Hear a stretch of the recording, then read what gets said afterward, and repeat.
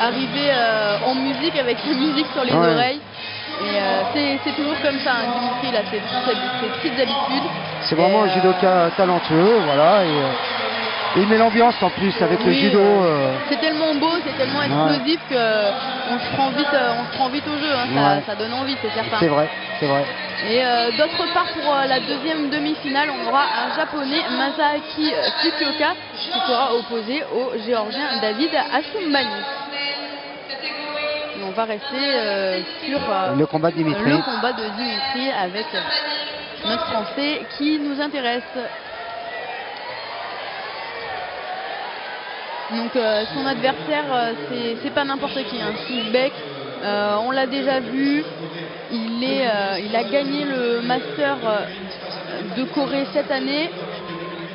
Un adversaire de qualité. Certainement physique, hein, parce que les Ouzbeks sont physiques. Et bon, malgré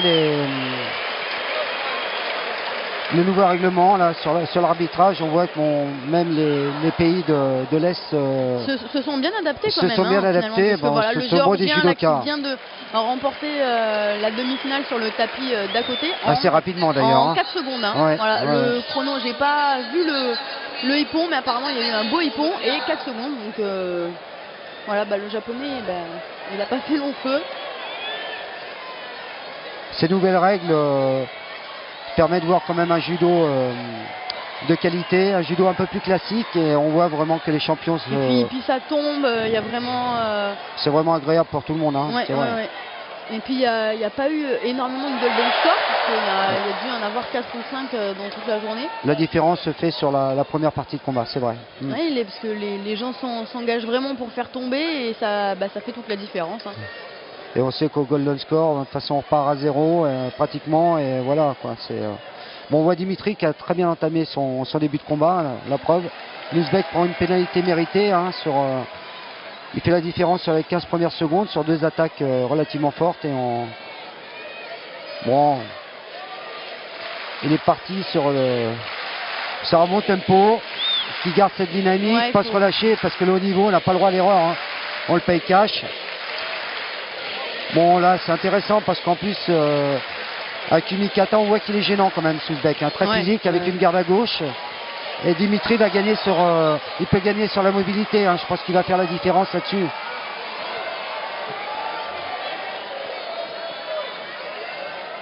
Moi, ce qui est intéressant chez le judoka, il fait fonctionner une deuxième fois. Ouais, tout à fait. Ça donne l'avantage à Dimitri, donc un point à 0, un petit yuko d'avance pour Dimitri. Bon, ça va être intéressant, parce que l'Ouzbek va s'ouvrir, et Dimitri est très opportuniste, il peut trouver l'ouverture sur une attaque de son adversaire. Bon, ce qui est important à voir chez Dimitri aussi, c'est ses qualités, bon, bien sûr techniques, et aussi il est capable de se relâcher, d'être beaucoup plus ouvert, et voilà, il fera la différence éventuellement sur le combat à un moment ou à un autre.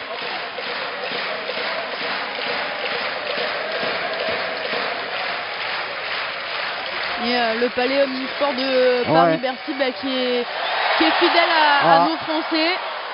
Alors je sais pas là, s'il y a valeur ou pas, non, a priori non, hein, c'est sur l'attaque de Dimitri.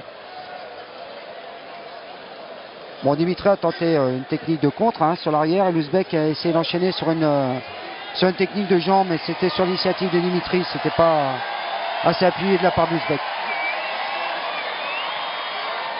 Mais je trouve qu'il y a beaucoup de monde, hein, sur... Oui, il y a eu énormément de places vendues, puisqu'il y a eu 11 000 places sur les 2 jours.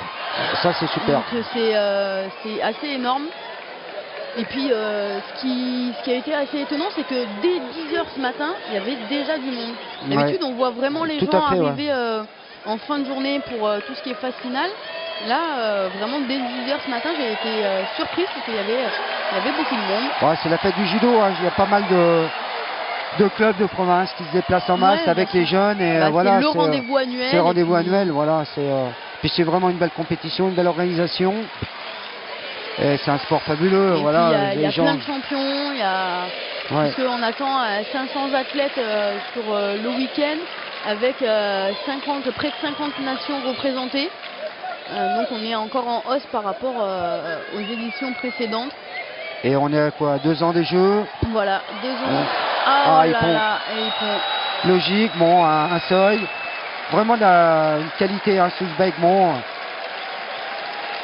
Ouais, Dimitri qui reste derrière et qui se fait embarquer sur le Moroté. Donc c'est une médaille d'argent quand même pour Dimitri Dragin. Bon, c'est un peu son judo aussi, hein, ça passe ou ça casse, mais ouais, bon, oui, voilà. Mais bon, il n'y a rien à dire, c'est un beau mouvement. Et puis Dimitri, il a fait une belle journée.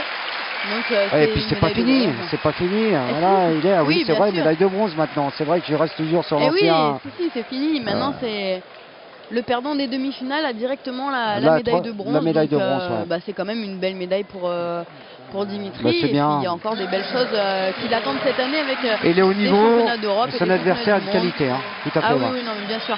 On l'avait déjà vu, on l'a déjà vu, et puis on le reverra encore. Oh, une belle journée. Donc ça va être le Géorgien contre l'Ouzbek, hein, c'est ça C'est ça, voilà. Ouais. Eh ben, encore les pays de l'Est, et puis on voulait tirer un petit bilan en fin de journée de